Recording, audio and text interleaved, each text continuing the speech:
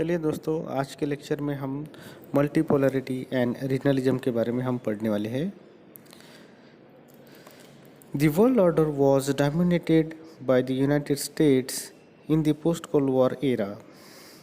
The American military and economic might was unchallenged during this time. This made it only superpower. However, economic rise and military capability are not the only criteria to become and remain a superpower. It is the amalgamation of both hard power and soft power that shapes a country to become a world power. While hard power relies on coercion, military force, and economic sanctions, soft power includes persuasion, cultural influence, values, and tradition. In recent times, the dominant position of the United States been directly or indirectly challenged. For instance, the economic and regional integration in Europe through the creation of European Union, the rise of Asia through the presence of China and Japan, followed by India and the global world order.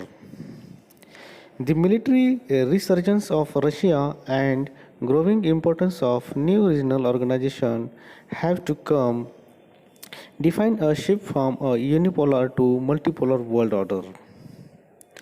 China has posed a formidable challenge to the unipolar world led by the United States. China's rise to global prominence can be attributed to its rapid economic progress since the introduction of market reform in the mid 1970s under the Deng Xiaoping's leadership, the most dramatic phase of which began only in 1990s. China has increased its sphere of influence through its ambitious economic projects such as One Belt, One Road and China-Pakistan Economic Corridor, and aims to create a sphere of influence in Central and East Asian regions. Furthermore, Chinese opening to Africa shows that their dream goes beyond neighboring countries.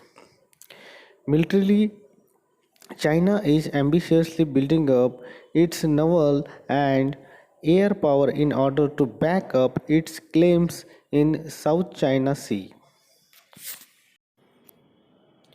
तो दोस्तों, multipolarity and प्रादेशिकवाद। Cold war के ख़त्म होने के बाद America ने international level के system के ऊपर अपनी ताकत दिखाना शुरू कर दिया था। इसी दरमियान अमेरिका की मिलिट्री और इकोनॉमिकल पावर को कोई भी चुनौती नहीं दे सकता था। इसी वजह से पूरी दुनिया में अमेरिका एक सुपर पावर बनकर उभर कर सामने आया।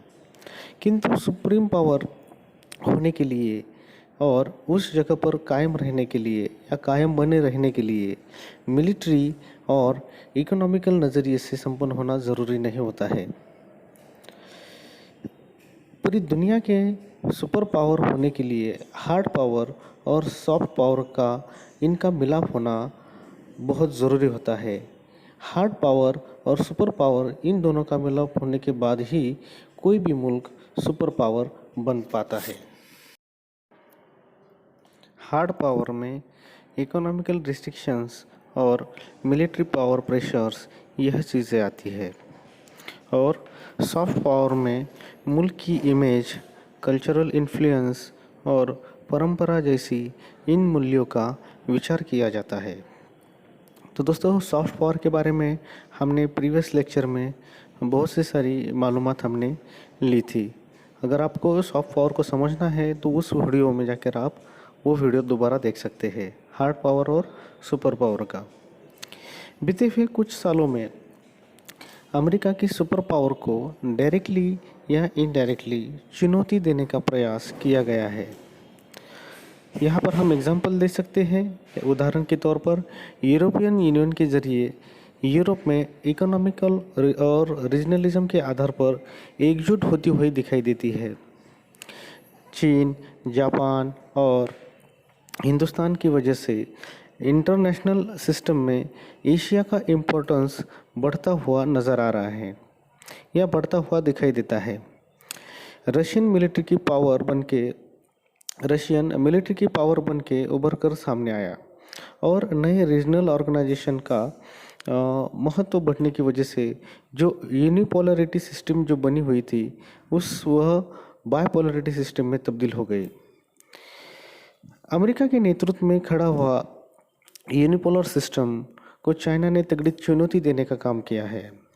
1970 में बीच के दरमियान डेंग शाओपिंग इनके नेतृत्व में चाइना ने लिबरल पॉलिसी को अपनाकर अपनी इकोनॉमिकल ग्रोथ को बढ़ाने का काम किया है और चाइना ने पूरी दुनिया में एक अपनी मजबूत जगह बनाई है। 1990 में और भी कुछ ड्रामेटिक घटनाएं घटी। चाइना ने वन बेल्ट वन रोड और चाइना पाकिस्तान इकोनॉमिकल कॉरिडोर इन जैसे प्रोजेक्ट को शुरू करके दुनिया में अपना अलग दबदबा बनाने का काम किया है। इस कॉरिडोर की वजह से सेंट्रल और पूर्व एशिया पर अपना दबाव और अपना प्रभाव करना शुरू करने का काम किया है। इसी दरमियान चाइना ने अपनी करीबी मुल्कों के जो करीबी मुल्क है उनके पार भी अफ्रीका जैसे मुल्कों के ऊपर भी दबाव बनाना शुरू कर दिया है या उन्हें प्रभावित करने का काम कर रहा है। इसी के साथ ही साउथ चाइना की ओर जो समंदर है उस पर हक जताने के लिए चाइना ने अपनी नेवी और वायुसेना को मजबूत खड़ा कर लिया है या अलग अलग तरीके से अपने आप को हर सेक्टर में चाइना पूरी दुनिया में अपने आप को मजबूत करके अमेरिका जैसी सुपर पावर को हमेशा से चैलेंज करता आ रहा है। तो दोस्तों, आज के लेक्चर में हमने रीजनलिज्म और मल्टीपोलरिटी ये 2 पॉइंट कवर किया है।